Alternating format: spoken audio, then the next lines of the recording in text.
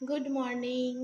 কেমন আছো তোমরা সবাই? Welcome back to my channel Dipa kitchen blog. তো বন্ধুরা, আজ সোমবার, এখন বাজে সকাল 8:30। তো আমি ঘুম থেকে উঠেছি অনেক আগেই, উঠে সকালবেলা সমস্ত কাজ বাজ টুকিটাকি সেরে এখন চলে এলাম রান্নাঘরে। রান্নাবান্নার পর্বটা সারবো। আর যেহেতু সোমবার, আজ আমাদের নিরামিষ।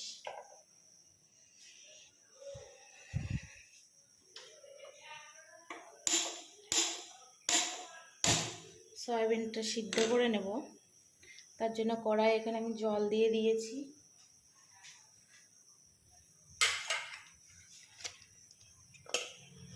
আলুগুলো দিয়ে দেবো।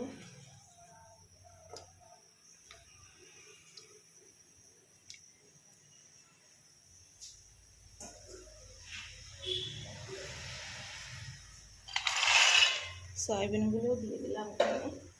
সামান্য একটু লবণ দিয়ে এটাকে আমি ভালোভাবে সেদ্ধ করে নেব।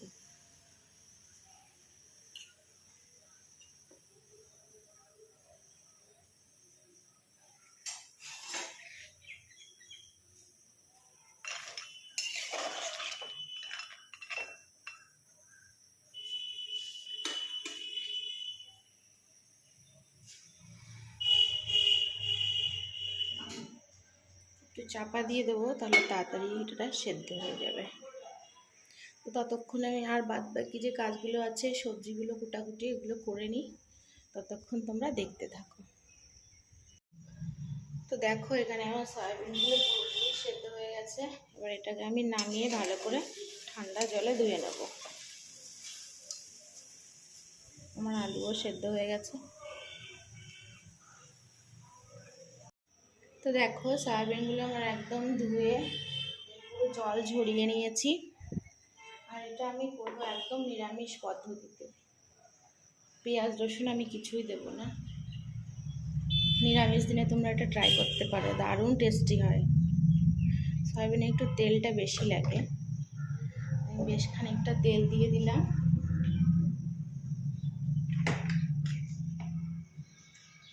তেলটা গরম হয়ে গেলে আমি দিয়ে দেবো এতে জিরে ফোড়ন।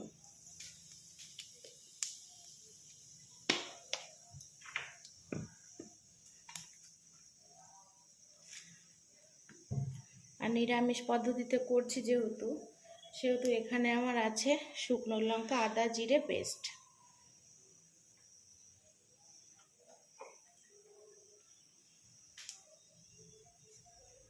এবার আমি তেলের ভিতরেই এই পেস্টটা ভালোভাবে দিয়ে দেবো আস্তে করে।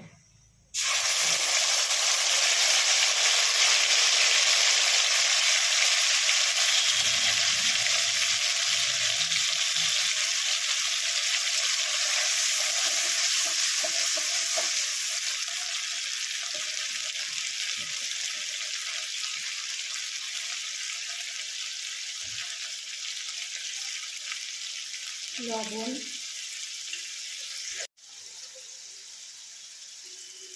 হলুদ গুঁড়ো, আর দিয়ে দেবো একটু জল। তাহলে মশলাটা পুড়ে যাবে না, ভালোভাবে কষানো হয়ে যাবে।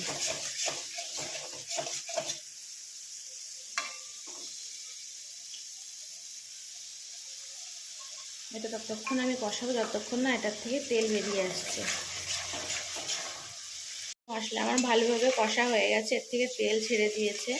এবার আমি এর ভিতরে দিয়ে দেবো সেদ্ধ করে রাখা সয়াবিন আলু। এটা দিয়ে আমি 5 মিনিট মতন ভালোভাবে কষিয়ে নেব।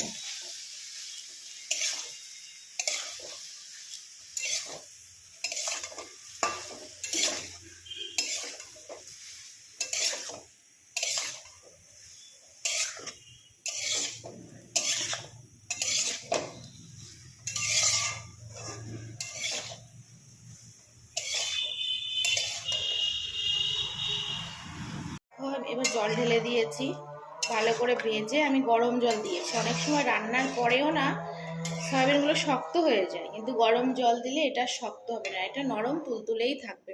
তো এটাকে আমি ভালো করে ফুটিয়ে নিয়ে পরিমাণ মতন ঝোল রেখে তারপর এটাকে আমি গরম মশলা দিয়ে নামিয়ে দেব।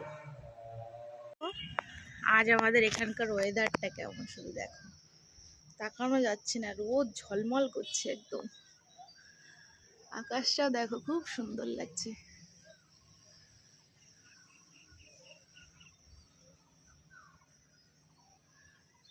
এই সাইডটা দেখো,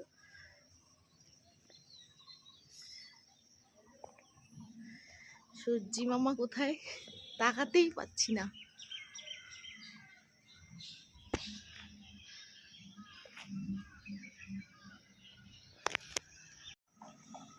দেখো এটা আমি 10 মিনিট মতো রান্না করে নিলাম। তার মধ্যে চেক করে নিতে হবে লবণ ঝাল সব ঠিক আছে কিনা। দেখো সয়াবিন ওল কতটা ফুলেছে। এটা আমার হয়ে গেছে। এবার আমি গুঁড়ো গরম মশলা দিয়ে এটাকে নামিয়ে নেব।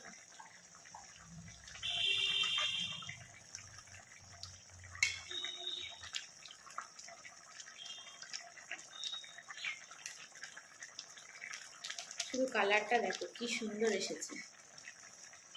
আমি কোনো ফুড কালার টালার কিছুই ব্যবহার করিনি, শুকনো লঙ্কা দিয়ে রান্না করেছি।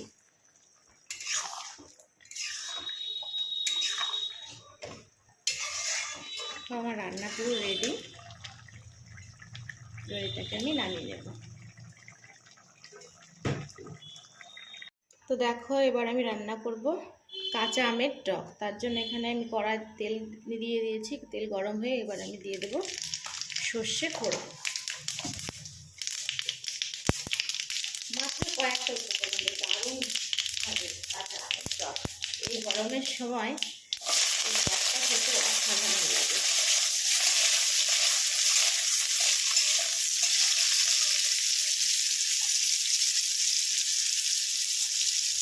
দিয়ে দেবো লবণ,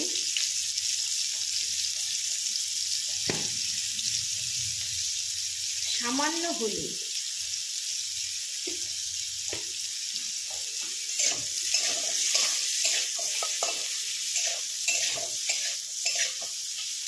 এবার এটাকে আমি নেড়ে চেড়ে এর ভিতর দিয়ে দেবো জল।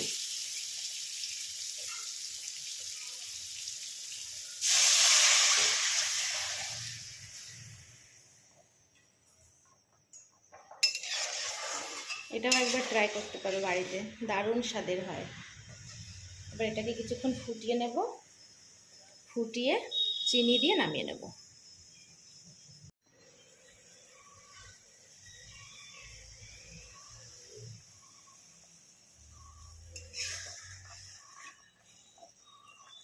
দেখো আমও আমার সেদ্ধ হয়ে গেছে, আমগুলো আমার পুরো সেদ্ধ হয়ে গেছে। এবার এর ভিতরে দিয়ে দেবো চিনি। তোমরা যেমন মিষ্টি খাবে তেমনই দেবে। আমি একটু টক টক মিষ্টি মিষ্টি পছন্দ করি, তার জন্য আমি মিডিয়াম দিলাম। এবার আর একটু ঢেকে আর একটুখানি ফুটিয়ে নামিয়ে রাখবো। দেখো আমার ঘরে আজকে একটা অতিথি এসেছে। এখানে আমার ছেলে ইঁদুর মারবার জন্য বিস্কিট দিয়েছিল, সেটাকে এসে খাচ্ছে। একদম রেডি আমার পাতলা আমের টক। এই গরমে দারুণ হয়। কড়া গরম হয়ে গেছে, কড়াই দিয়ে দিয়েছি সর্ষের তেল, ফোড়নে দিলাম শুকনো লঙ্কা,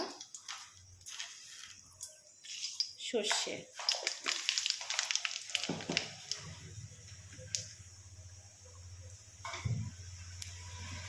কেটে ধুয়ে রাখা চাল কুমড়ো,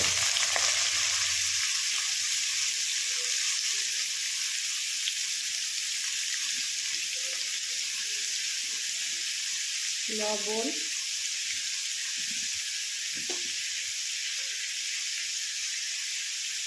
হলুদ গুঁড়ো,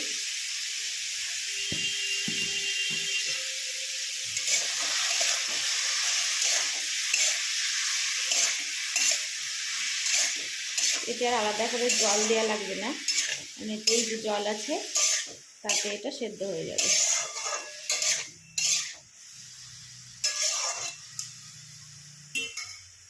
ঢাকনা চাপা দিয়ে দেবো।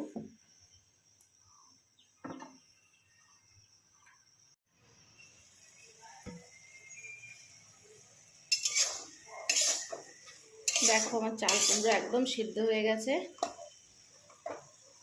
এবার এটাকে রসটা টানিয়ে নিয়ে এটাকে আমি নামিয়ে নেব। আর কিছু দেয়া লাগবে না। আর যেদিন তোমরা আমিষ খাও সেদিন তোমরা এর ভিতরে কুচো চিংড়ি দিতে পারো, ইলিশ মাছের মাথা দিতে পারো, খুব টেস্টি হয়। তার সঙ্গে একটু জিরে গুঁড়ো, ভাজা জিরে গুঁড়ো দেবে, খুব সুন্দর লাগে খেতে। তো দেখো এই আমার রান্নাবান্না সব কমপ্লিট হয়ে গেছে। এখানে আছে গরম ভাত, এই হলো চাল কুমড়ো ভাজা, আর এই হলো পাতলা আমের টক, লেবু কেটে রেখেছি এখানে, আর এখানে আছে সয়াবিন। দেখো সয়াবিনগুলো এখনও ঠিক যেমন রান্না করে নামিয়েছিলাম তেমনই আছে, একদম লাল আর নরম তুলতুলে, কালারটা দেখো শুধু।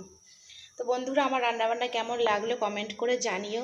আর তোমরা সবাই আমার পাশে থেকে আমার চ্যানেলটা অবশ্যই সাবস্ক্রাইব করে দিও, আর পারলে একটু শেয়ার করে দিও।